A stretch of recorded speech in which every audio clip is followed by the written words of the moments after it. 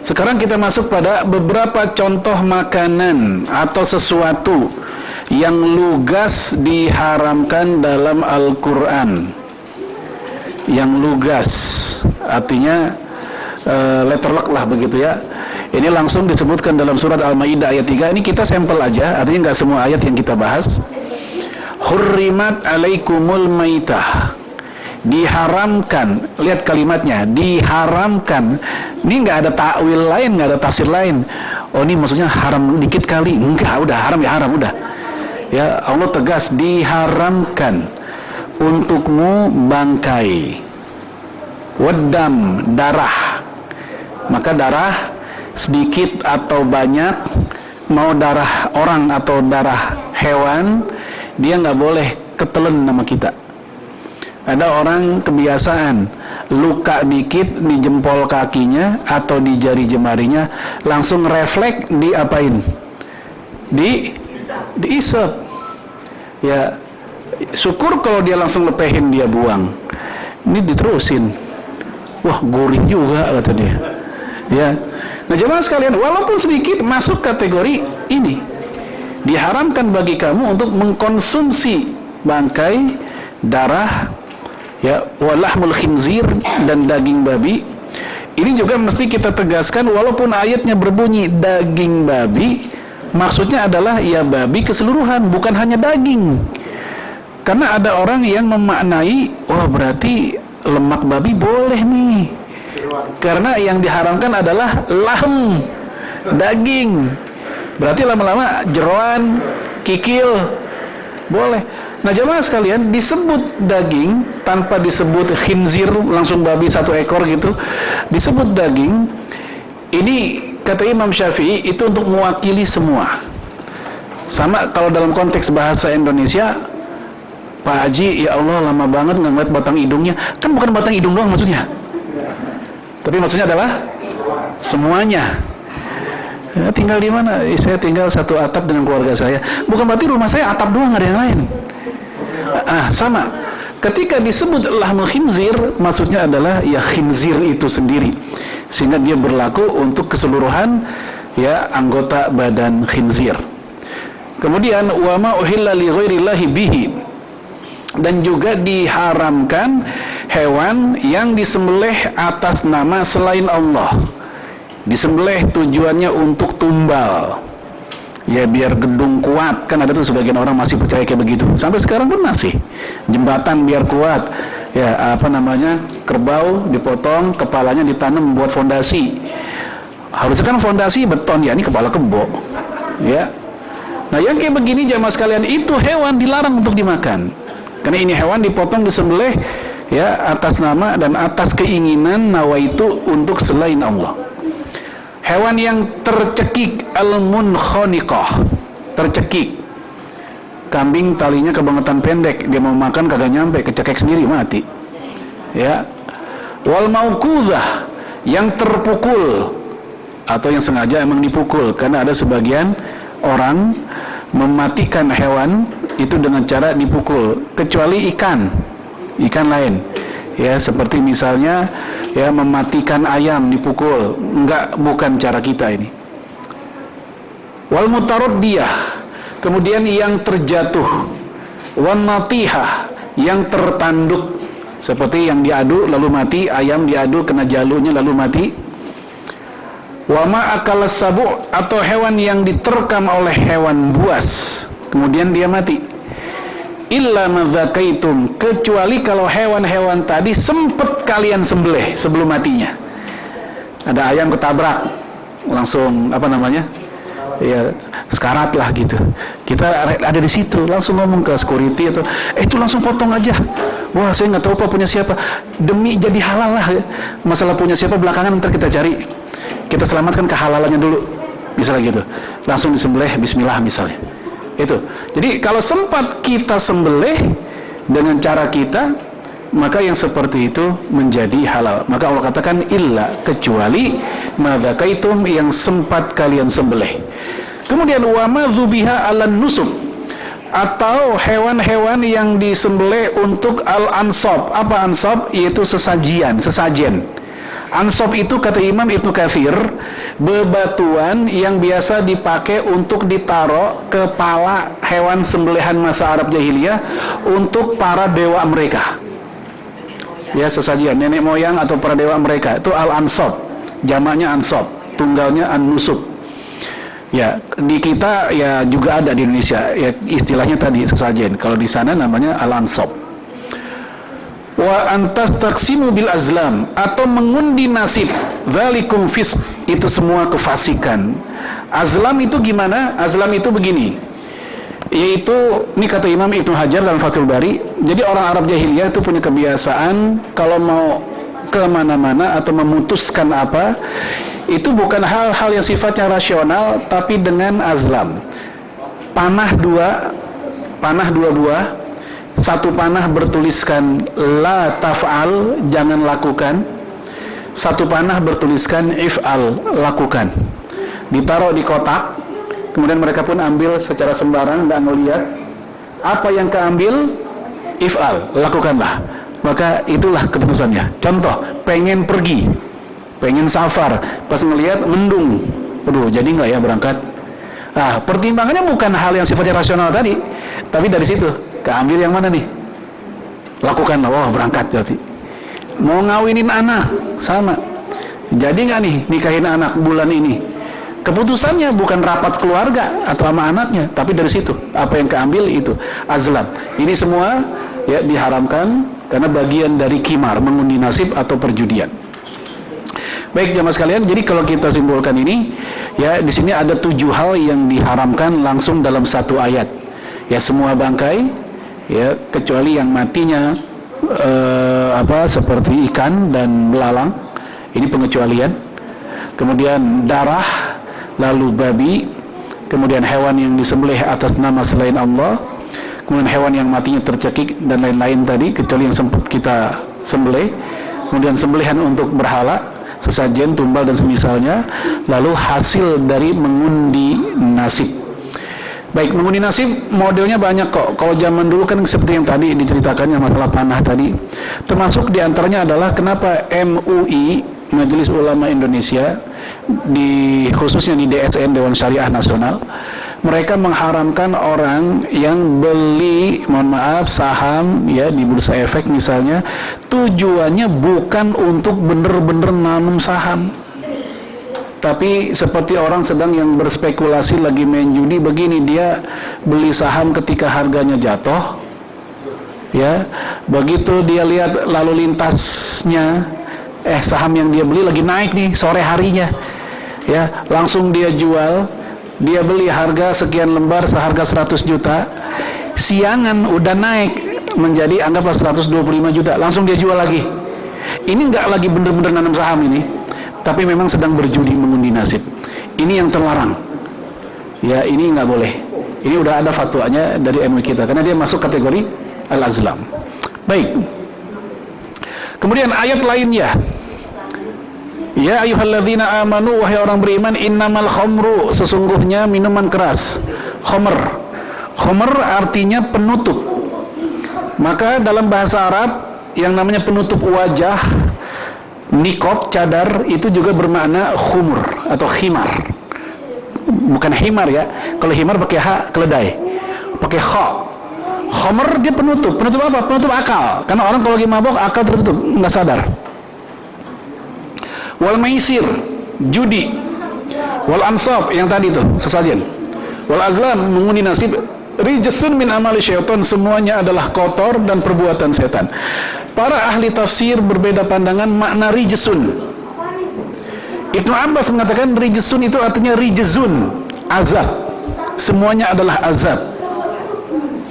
An-Naisaburi mengatakan rijsun artinya najasun, najis. Sehingga benda-benda yang ada dalam ayat ini, 4 itu, apa tadi? Minuman keras, judi, sesajian, dan mengasih itu secara zat di mata mereka ini najis disentuh. Itulah kenapa ada yang mengatakan alkohol itu najis, itu dikiaskan dengan khamr yang najis. Itu dari situ. Ya. Ada pula yang mengatakan rijsun itu bukannya najis, bukannya azab, tapi sesuai makna leksikal. Leksikal itu makna kamus. Rijisun itu apa? Kotor. Ya udah kotor. Kotor belum tentu najis. Itu emang kotor tapi belum tentu najis. Nah, bagi mereka, kalaupun ini dikatakan najis, ini bukan najis secara fisik, tapi najis perbuatannya. Seperti orang main judi. Yang najis perbuatan main judinya. Yang najis adalah memanfaatkan hasil judinya. Tapi uang judinya yang bentuknya kertas dan logam, dia tetap suci. Karena kertas itu suci, logam juga suci. Sebab kalau itu dibilang najis secara benda, ntar begitu polisi ngerebek, nggak boleh megang dia. Ayo kumpulin nih, sita barang buktinya. Pak, jangan dipegang, najis. Loh, pakai apa megangnya? Ya, pakai sumpit, jauhan dikit. Misalnya, atau sarung tangan. Jadi dia secara fisiknya suci, karena kertas memang benda suci, logam juga benda suci. Yang najis apanya? Perbuatan main judinya. Khamr pun, kata kelompok yang ketiga, dia suci. Yang suci itu, yang najis itu bukan bendanya di saat dipegang, tapi aktivitas minumnya atau maboknya, itu yang najis. Dari mana mereka dalilnya? Yaitu dari sebab musabab ayat ini turun, atau setelah ayat ini turun. Jadi setelah ayat ini turun, para sahabat Nabi di Madinah itu langsung numpahin khamr. Drum-drumnya, botol-botolnya ditumpah-tumpahin. Sehingga diceritakan Madinah itu banjir khamr. Kalau disebut banjir berarti cipratannya kena nggak kira-kira? Kena. Nah, dari situ kata kelompok yang ketiga bahwa itu maknanya bukan najis tapi sekedar kotor. Najis dan kotor dalam Islam berbeda. Kotor belum tentu najis. Najis udah pasti kotor. Baik jemaah sekalian, ya ini tentang keharaman 4 hal ini. Kita bedakan dan pisahkan antara haram dan najis. Haram belum tentu najis. Saya ulangi, haram belum tentu najis. Najis udah pasti haram. Apa haram belum tentu najis? Contoh seperti manusia. Makan manusia haram? Haram. Megang manusia najis? Enggak. Enggak kan? Ya, saya megang anak saya, gendong anak saya, gendong istri saya kalau kuat, ya. Najis enggak? Enggak. Haram enggak dimakan? Haram. Nah, kayak gitu maksudnya. Haram belum tentu najis. Makan kucing. Haram? Haram. Ngelus-ngelus kucing? Najis? Enggak. Oh, Rasul aja gendong kucing kok. Ya, Abu Hurairah disebut Abu Hurairah gara-gara dia memelihara kucing. Al-Hirrah, kucingnya kecil, disebut Hurairah. Kebalikannya, yang najis udah pasti haram. Ketika, mohon maaf, babi dikatakan najis, maka dia haram makannya. Mohon maaf, kotoran najis haram dimakan. Gitu. Dan semisalnya. Ya. Baik. Ayat yang lainnya. Wa yuharrimu 'alaihimul khaba'ith. Dan dia di sini maksudnya Rasulullah menjelaskan tentang keharaman yang khaba'ith, yang buruk-buruk, yang jelek-jelek. Ini sepakat semua ulama, apapun yang disebut dengan khaba'ith itu haram. Yang mereka beda pendapat bukan keburukannya, tapi batasan kapankah sebuah benda atau zat atau apapun dikatakan khaba'ith. Mereka sepakat khaba'ith itu haram, tapi mereka berbeda pandangan standar kapankah sesuatu dikatakan khaba'ith, menjijikan atau kotor itu. Karena kadang menjijikan itu sesuatu yang sifatnya relatif. Pagi-pagi lagi nyapu ada bekicot nempel di teralis rumah kita atau di kusen. Sebagian orang ada yang jijik nggak? Geli ngeliatnya. Ya, kita pun juga ngosek-ngoseknya nggak pakai tangan, pakai sapu kadang. Cacing lewat di depan, sebagian orang jijik. Tapi sebagian orang lain enggak. Buat peternak cacing, peternak bekicot, ngeliat bekicot enggak jijik, obyekan, begitu kata mereka. Bisa dijual. Nah, itulah yang akhirnya membuat bahwa batasan khaba'ith itu para ulama berbeda. Ada yang mengatakan khaba'ith itu standarnya adalah menurut kebiasaan orang Arab. Apa-apa yang menjijikkan bagi orang Arab, itulah yang dimaksud dengan ayat ini, karena ayat ini berbahasa Arab. Namun pendapat ini nggak disetujui para ulama, atau banyak ulama nggak setuju. Kenapa? Karena masalah kebendaan hewan dan seterusnya, apa-apa yang ada di Arab itu adalah sampel saja. Orang-orang Arab nggak pernah lihat apa-apa yang di luar Arab tentang benda-benda atau hewan atau apapun yang dianggap khaba'ith. Maka nggak cukup standarnya standar orang-orang Arab. Ada yang mengatakan standarnya adalah apapun yang masuk ke dalam jiwa manusia, pikiran kita udah nggak enak, maka dia masuk kategori khaba'ith. Oleh karena itu dalam mazhab Syafi'i, kita lihat di sini, wa yara al khaba'ith lafzan amman fil muharramat bi syar'i fil mutaqaddarat. Ya, kata mereka bahwa istilah khaba'ith itu lafaz yang umum untuk hal-hal yang diharamkan oleh syariat. Sehingga otomatis apa-apa yang diharamkan udah pasti khaba'ith. Gitu aja. Yang diharamkan udah pasti khaba'ith. Contoh, fayuharrimul aqarib, maka diharamkan al-aqarib, kalajengking. Wal khonafis, ya kumbang. Wal wazag, al-wazagu artinya cicak. Ya, atau keluarganya cicak dah. Ada siapa aja tuh? Ada tokek, kadal, apalagi bunglon, itu dah ya, sepupu-sepupunya, ipar-iparnya saya begitu dah pokoknya tuh ya, yang mirip-mirip. Wa majra hazal majra, dan yang semisal itu, maka ini diharamkan karena semua hewan khaba'ith. Namun sebagai informasi Bapak Ibu sekalian, a'azanallahu wa iyyakum, ada sebuah mazhab yang sangat, ini istilah kita ya liberal, walaupun istilah paling pas mungkin terlalu luas lah, yaitu mazhab Imam Malik.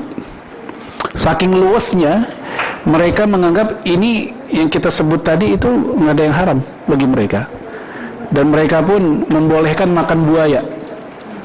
Dalam mazhabnya Imam Malik, buaya tidak haram ya. Jadi kalau ada laki-laki yang makan buaya, buaya makan buaya.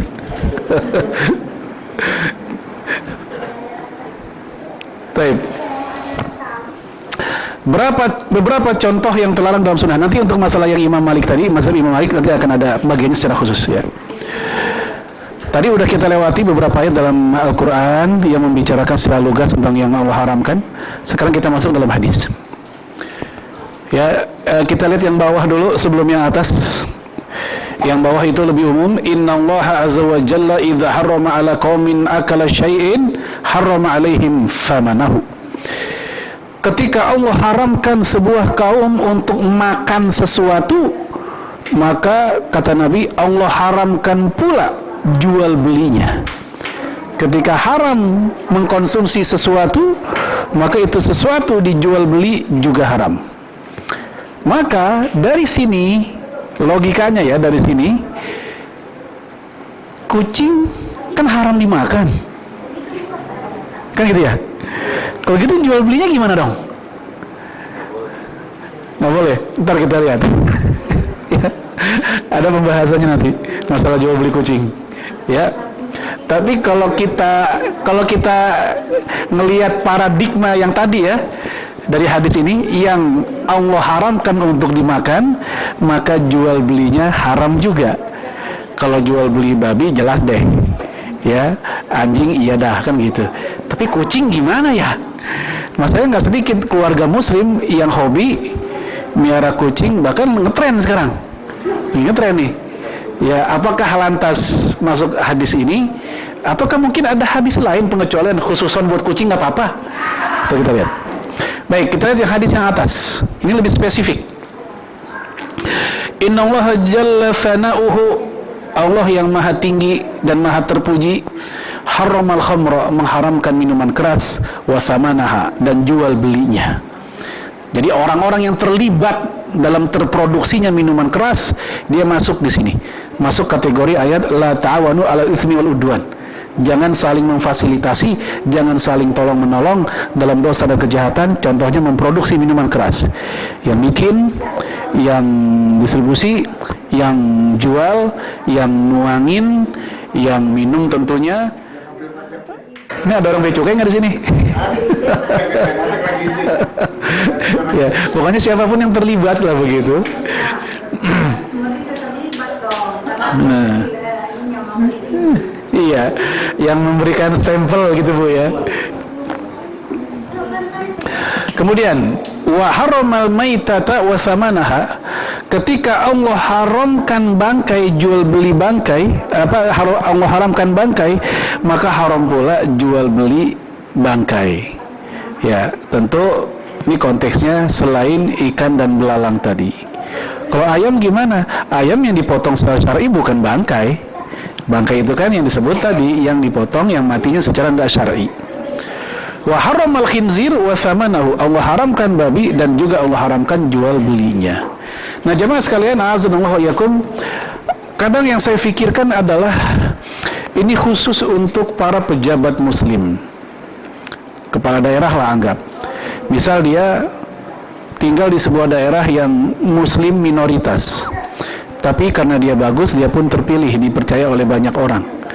Dan ketika seseorang sudah menjadi kepala daerah, dia bukan milik satu golongan saja, dia milik semua warganya. Datang peternak ayam, minta izin, diizinkan. Begitu datang peternak babi, Pak, saya peternak babi di daerah saya, saya minta surat izinnya. Ini kepala daerah muslim. Kalau dia ngaji juga dan baca hadis ini, kan puyeng juga dia. Mau gimana ya? Kalau saya izinkan, saya khawatir saya ikut yang berkolaborasi dalam keharaman ini. Dan kalau dia bilang, oh maaf Pak, haram, kata dia, haram kata Bapak, kata agama saya emang enggak. Kalau si kepala daerah ini kekeh, nggak boleh, dia akan mengatakan, berarti Bapak bukan kepala daerah kami, Bapak adalah kepala daerah buat agama seperti Bapak saja. Kan gitu ya.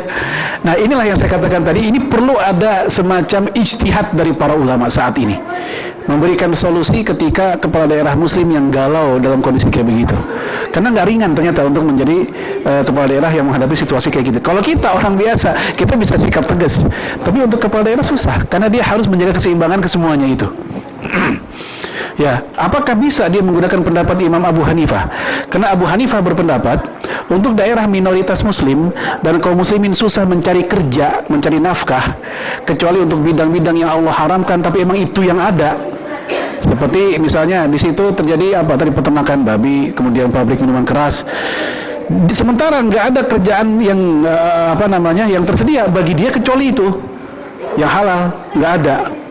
Nah dalam fatwa Imam Abu Hanifah, ya dalam konteks saat itu dia tidak ada masalah untuk kerja di situ, yang penting tidak ikut minum, tidak ikut tadi ya minum ikut mau enggak, dia hanya ya mungkin bagian OB-nya di situ, mungkin bagian cleaning service-nya di situ. Ini fatwa Abu Hanifah. Apakah bisa fatwa Abu Hanifah dipakai dalam konteks tadi? Maka saya katakan tadi, ini butuh pemikiran baru, istihad baru dan berani dari para ulama zaman sekarang. Wallahu a'lam. Kemudian hadis selanjutnya, ini yang ngomongin kucing nih. Ya kita lihat hadisnya. Sa'altu Jabiran, kata Abu Zubair, saya bertanya kepada Jabir, an thamanil qalbi wasinaur, tentang hasil jual beli anjing dan hasil jual beli sinaur, kucing. Dia menjawab, zajarun Nabi sallallahu alaihi wasallam an dzalik, Rasul melarang hal itu. Rasul melarang hasil jual beli anjing dan kucing. Baik jemaah sekalian, bagaimana penjelasan para ulama? Ini sebelum saya bacakan hadis yang kedua, kita lihat dulu penjelasan para ulama di sini. Ini yang ini nih, paragraf terakhir. Saya bacakan aja. Ya, ini saya ringkas dari kitab Imam Nawawi. Adapun jual beli kucing, kata Imam Nawawi, semua mazhab ulama mengatakan boleh. Loh, kan hadisnya melarang. Ya, itu hadis maknanya bukan larangan secara syar'i, tapi larangan secara etika. Ya, boleh dan sah jika memang bermanfaat, kalau emang punya manfaat. Adapun hadis larangan tersebut bermakna jika tidak bermanfaat, dan larangan tanzih, larangan kepantasan, bukan bermakna haram.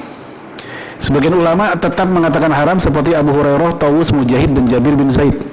Namun jumhur alias mayoritas bahkan seluruh mazhab mengatakan jual beli kucing itu dia dibolehkan. Adapun hadis tadi bukan bermakna larangan secara syar'i untuk yang kucing. Adapun masalah jual beli anjing disebutkan dalam hadis-hadis yang lain. Untuk kucing satu-satunya hadis yang sahih tentang larangan jual beli kucing hanya ini yang tadi kita baca. Di hadis yang lain tidak ada yang sahih. Sehingga itulah membuat mayoritas ulama mengatakan bolehnya jual beli kucing. Ya, karena dia ada hadis khusus. Ya, sehingga kaidah yang tadi yang haram dimakan maka haram pula jual belinya itu untuk kucing agak berbeda konteksnya. Nah, kenapa para ulama mengatakan tetap sebaiknya enggak? Ya, karena kucing itu hewan yang gampang didapat, ngapain pakai jual beli segala gitu kata mereka.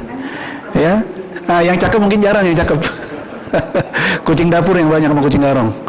Ya, tapi kembali ke tadi. Anna Rasulullah sallallahu alaihi wasallam naha, Rasul melarang an thamanil kalbi. Ini yang saya bilang tadi, ada dalil lain kalau untuk masalah jual beli anjing.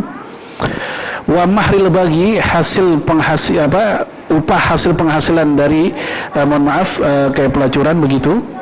Wal huwanil kahin, dan juga upah untuk perdukunan. Nah, jemaah sekalian, a'azzallahu iyyakum, maka termasuk ketika PAD, penghasilan asli daerah, yang memungut dari hasil pajak lokalisasi, entah perjudian, entah pelacuran dan semisal itu hakikatnya juga terlarang. Kalau kemudian itu dipakai untuk pembangunan, bikin ini, bikin itu, jalanan, gedung,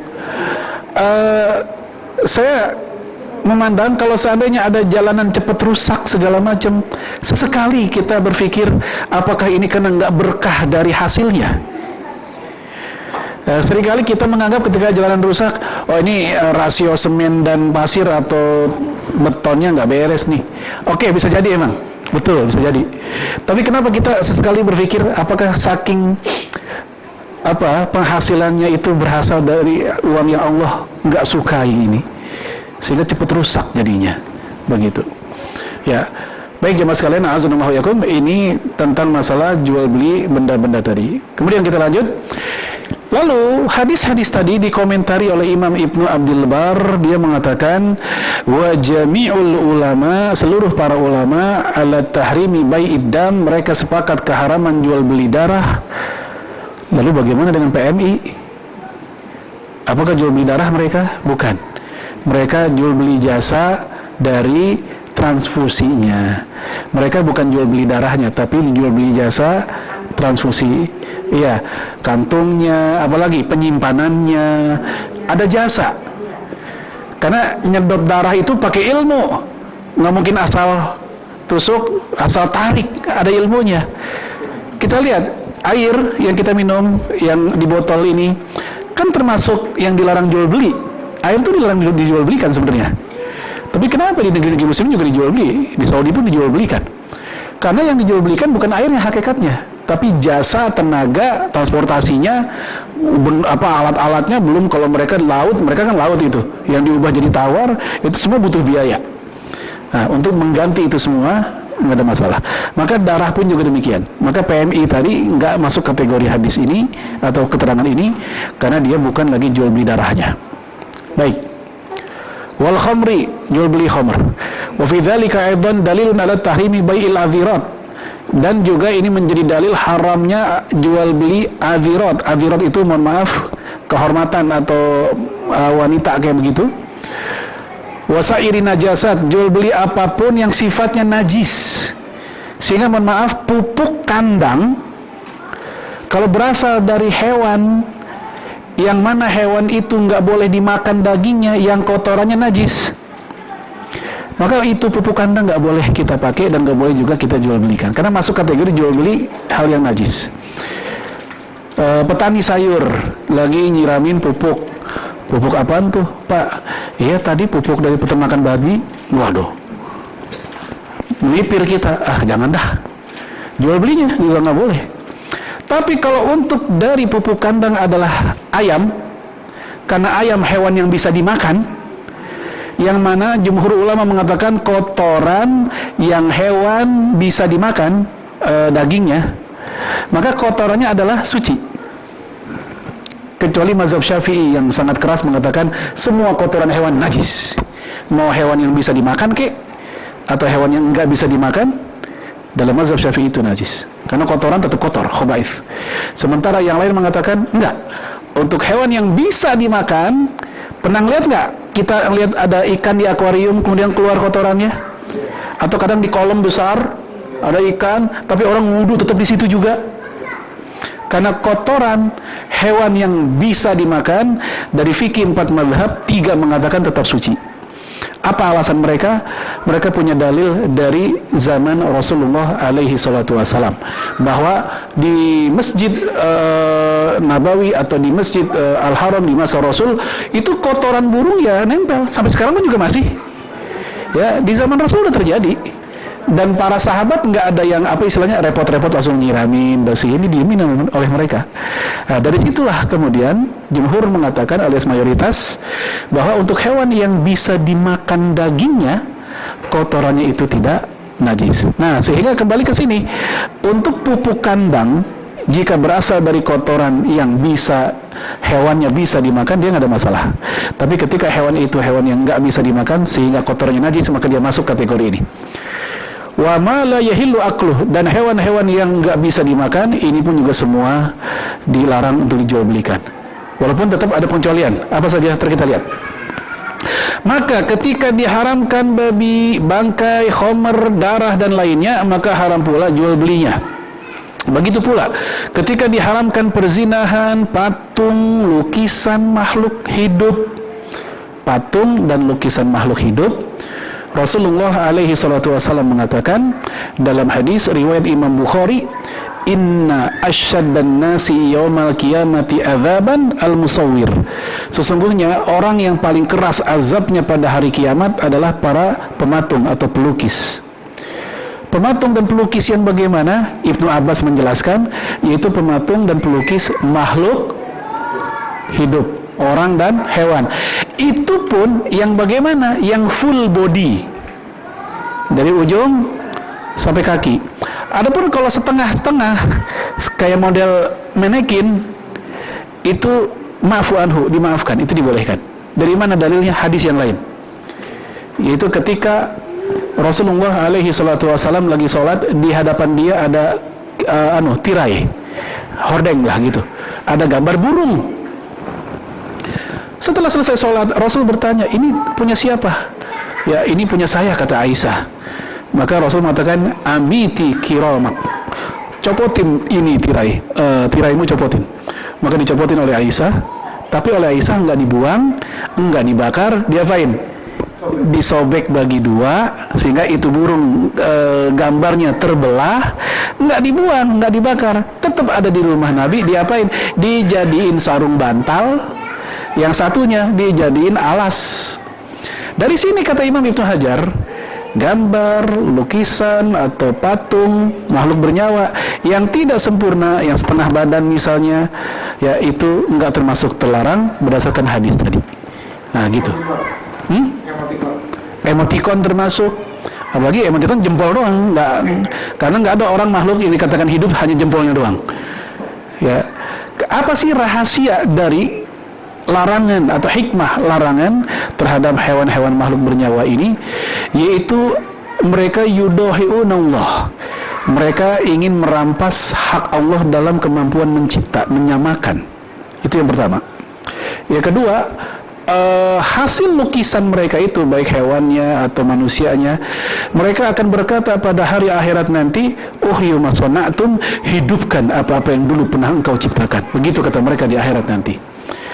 Tapi kalau untuk lukisan atau gambar abstrak, dedaunan, bebatuan, kubus dan seterusnya, ini bukan pembahasan kita, itu sama sekali nggak ada masalah. Ya. Atau yang sudah nggak jelas, sudah kusam. Kita punya batik, ada gambar orangnya, tapi udah lama, udah kusam gitu, nggak kelihatan banget. Dalam hadis Sahih Muslim ini nggak ada masalah, karena nggak lagi dikatakan mirip sebagaimana makhluk bernyawa. Baik, kembali ke tadi, patung lukisan makhluk bernyawa secara utuh, ya, ketika itu terlarang, maka terlarang juga untuk jual belinya. Aduh gimana ya, saya udah pernah punya tuh dulu waktu saya belum belajar. Kalau kita udah punya dulu ya simpen aja udah. Simpen, jangan dipajang. Ya, atau kalau buat bapak ibu yang punya profesi sebagai tukang akupuntur, nggak hafal dengan semua titik, dan di rumahnya ada patungnya, titik anu, ya, karena saya pernah itu ada seorang tukang akupuntur, dia kaget, ya, ketika dia mengetahui ada hadis seperti itu. Saya katakan ke dia untuk menghindarinya, sementara kita juga butuh terhadap itu, karena kita nggak hafal semua titik, ya, nggak usah dibuang, ditutup aja, supaya nggak kelihatan sebagai sebuah makhluk. Tutup aja. Sebagaimana hadis dikatakan, copotin kepalanya supaya itu patung nggak kelihatan seperti makhluk, maka copotin kepalanya. Itu dalam hadis dikatakan demikian. Kalau ini tutup, ya, supaya juga nggak kelihatan. Yang suatu saat dia kalau butuh tinggal dia buka lagi. Baik, kemudian nyanyian yang cabul-cabul, yang kotor-kotor, perdukunan, jual beli anjing, maka haram pula penghasilannya. Sedangkan untuk yang ada hajat dan masalah seperti jual beli alkohol untuk kepentingan medis, alkohol diminum haram memang, tapi untuk kepentingan medis mau nggak mau kita harus beli, ya. Kemudian manfaat lain, ya, baik, ini tentang pengecualian beberapa seperti untuk jual beli alkohol buat kepentingan bukan buat dimakan, termasuk juga, mohon maaf, kodok, katak. Kodok dan katak itu termasuk kategori yang haram menurut mayoritas ulama, kecuali Maliki tadi yang dia agak longgar. Nah, tapi nggak semua orang jual beli kodok untuk dimakan. Ada yang buat pancingan untuk makanan ternak, bukan buat dia yang makan. Nah, apakah ini termasuk kategori yang pengecualian tadi? Kalau untuk memancing itu bukan untuk yang lain. Ya, yang jelas ini memang daerah yang remeng-remeng, daerah yang apa istilahnya, syubhat. Ya. Hah? Iya. Dia haram karena faktor membunuh.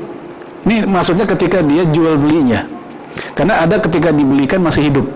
Kalau udah dibunuh kan jelas haram ya. Ketika jual belinya masih hidup. Gitu maksudnya. Baik, nanti ada hadisnya secara khusus larangan membunuh katak. Baik, kemudian masuk ke hadis yang lain dari Ubadah bin Samit yang tadi kita bahas nih, hadis la dorora wala dirar, jangan membahayakan orang lain dan jangan membahayakan diri sendiri. Imam Ibnu Arabi mengatakan qala ulama'una qad yadkhulu fi hadzal hadis wujuhun min ad-darar. Para ulama kita mengatakan ini hadis menunjukkan larangan semua model, semua macam yang namanya bahaya, celaka dan kerusakan. Ini saya jadi ingat terakhir saya kemari waktu ada yang nanya, "Saat rokok haram nggak?" Ingat nggak, Bapak? Waktu kita ngobrol di depan tuh, ya. Apapun yang doror, membawa bahaya, maka makanan, minuman, aktivitas apapun yang membawa celaka dan bahaya kepada diri sendiri, seperti narkotika, ganja, rokok, makanan, minuman yang kadaluarsa, obat kadaluarsa, maka dia masuk kategori doror. Ada seorang ulama yang wafat 2 pekan lalu, Syekh Yusuf Qaradawi, dia mengatakan rokok itu ada 3 doror. Seandainya 1 doror saja, itu udah cukup untuk mengatakan haram, apalagi 3 doror. Apa 3 doror? Pertama, doror nafsi, bahaya jiwa. Apa bahaya jiwa? Kecanduan. Ada orang yang bisa beli rokok, tapi nggak bisa bayar TPA buat anak-anaknya ngaji. TPA lu, duit mulu. Ah, bapak pelit nih, ini beli rokok son. Lah, beli rokok ada duitnya. Bayar TPA nggak ada. Dia rela untuk itu, karena udah kecanduan. Doror nafsi, doror jiwa. Ya, walaupun nggak semua orang kayak gitu. Ya. Yang kedua, doror mali, doror pada harta. Apa itu? Pemborosan. Oh, dia konglomerat kaya, walaupun kekayaannya luar biasa, tetap itu masuk kategori pemborosan. Sebagaimana ketika Rasul ditanya, "Wahai Rasul, emang ada pemborosan kalau wudhu di sungai? Kan sungai kan airnya banyak banget." Nabi bilang, tetap nggak boleh. Kenapa? Karena memanfaatkan di luar yang kita butuhkan, itu pemborosan. Yang ketiga, doror jasadi, bahaya fisik, yaitu penyakitnya. Namun mohon maaf, memang kadang orang kalau udah kecanduan rokok itu agak sulit untuk melepaskan ya. Saya pernah ngobrol dengan salah satu pejabat lah di Departemen Agama, dia sangat kuat merokoknya. Dia ngomong begini ke saya, rokok itu orang yang nggak ngerokok orang yang ngerokok itu penyakitnya cuma satu, paru-paru kata dia. Tapi orang yang nggak ngerokok penyakitnya banyak, rupa-rupa, begitu kata dia. Jadi mereka punya alasan.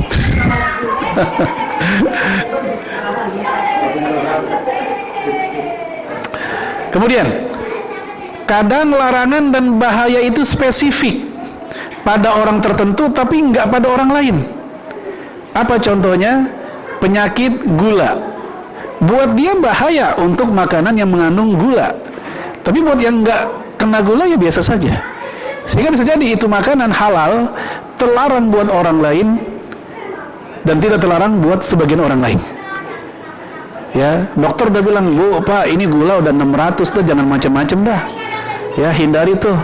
Dia makan gula juga, dia masuk kategori doror, sengaja menceburkan diri dalam doror, ini terlarang. Yang haram bukan gulanya, gula tetap halal, tapi sikap dia menjerumuskan dalam kerusakan itu. Istri di rumah udah rewel banget, udah bang, jangan macam-macam dah, jangan jeroan mulu. Ya, tapi begitu di kantor, mumpung istri nggak ngelihat, karena polisi di rumah istri kata dia, langsung dia makan jeroan, soto buat soto Betawi.